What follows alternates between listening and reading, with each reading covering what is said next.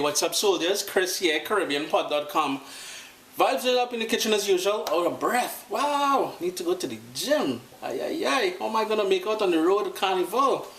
Friends, always a pleasure to have you all here in the kitchen with me. I had a request via the Facebook fan page.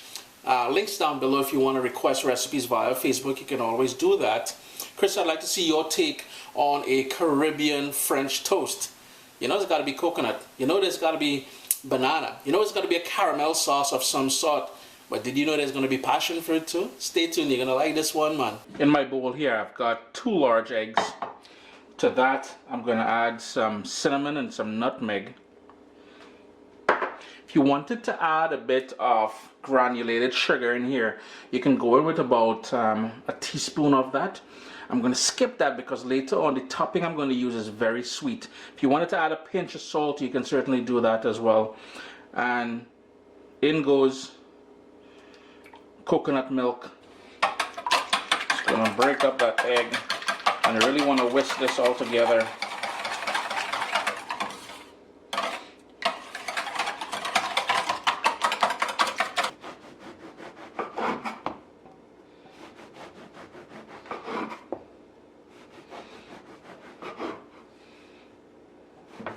I have a nice wide bowl here, and it'll be easier for me to show you guys what I'm doing by using that bowl. I'm just going to pour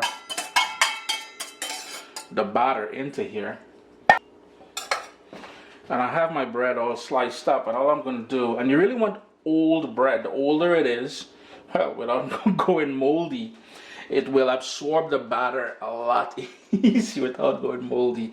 Yeah, you want to soak that in there, and then just flip it over, let that soak in there.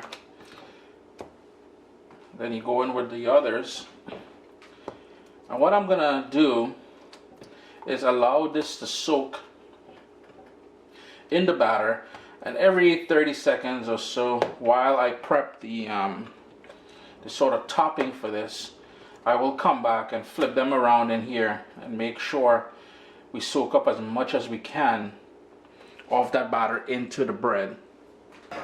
I have here a non-stick pan. You can use any pan you want, on a medium flame, and I've got brown sugar, golden brown sugar in there.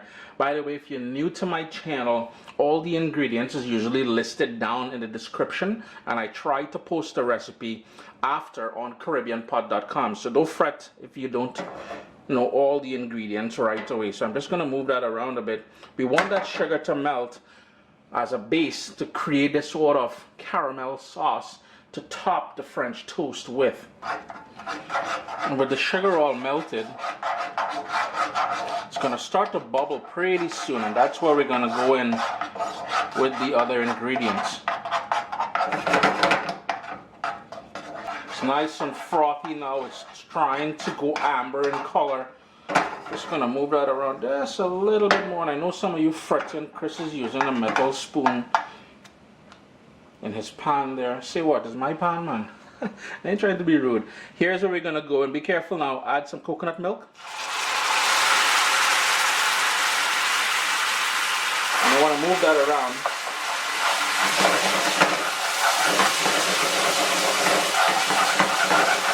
I'm gonna turn my heat all the way down to low now.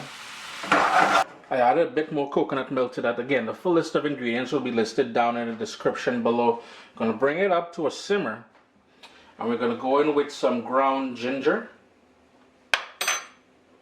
And my other flavor ingredients I'm going in there with is some passion fruit. Just going to go ahead and get all that passion fruit in there.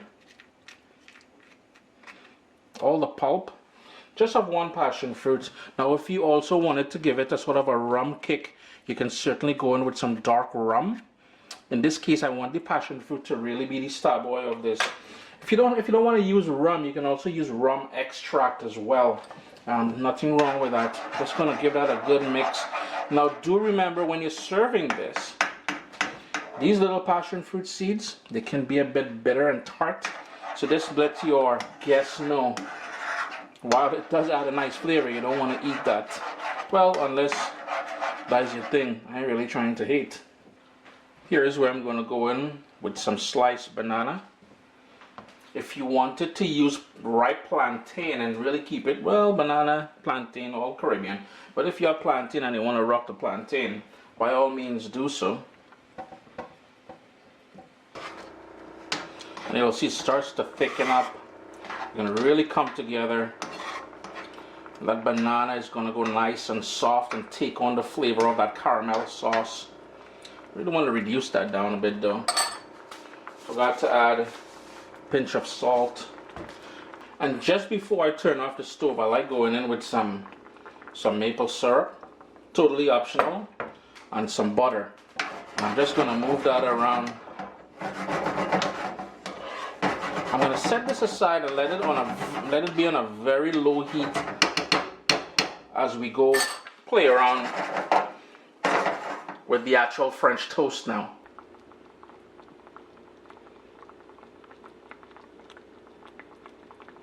In my sort of griddle pan here, I have a combination of butter and coconut oil. Yeah, you're probably wondering, Chris, there's nothing healthy about this, boy. All kind of sweetness and oil and butter and all that. Yo, live life just one day a little bit, man. Enjoy all this self. But I'm just bringing that up to temperature. The bread, you would have noticed I've soaked up most of that sort of batter that we made.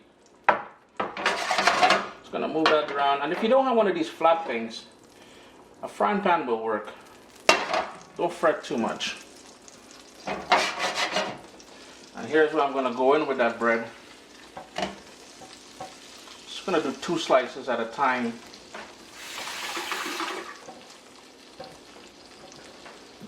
Oh, actually, you know what? All 4 slices. I didn't realize we got room for everybody, man. We're trying to leave nobody behind.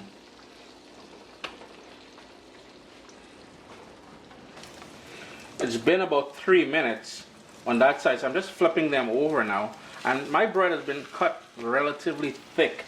So what I'm going to do is, I'm going to keep it on this side and then we'll flip it over one more time on the other side to make sure it's fully cooked all the way through. The other thing you can do after you've browned them on both sides, if you really want to ensure that they've cooked all the way through, you can put it on a sheet pan, stick it in the oven for about 5-10 minutes, and you're golden.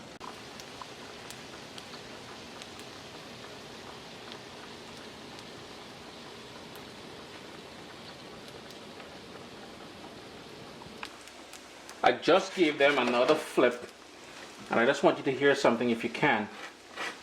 So we got a nice crust on that side there. Just going to give it another minute or so. Now here's the thing, depends on the thickness of your bread. It may take in total anywhere from 8 to 12 minutes to be totally done. Now since my pan is square and my burner is round, what I'm doing is I'm moving around the pan to make sure the direct flame is under each piece of bread from time to time. And basically all you have to do next is to get some of that wonderful sauce with the banana. Yo, let's just drain that thing on there, man. Oh word, look at that. Chris here, CaribbeanPot.com. Always a pleasure to have you guys here in the kitchen with me. Lovely, lovely coconut French toast.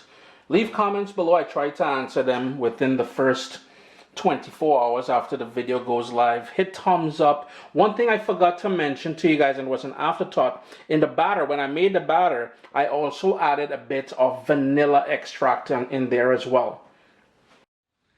My little baby is here. We've got cookbooks, guys. WestIndianFoodCompany.com. Get your copy today.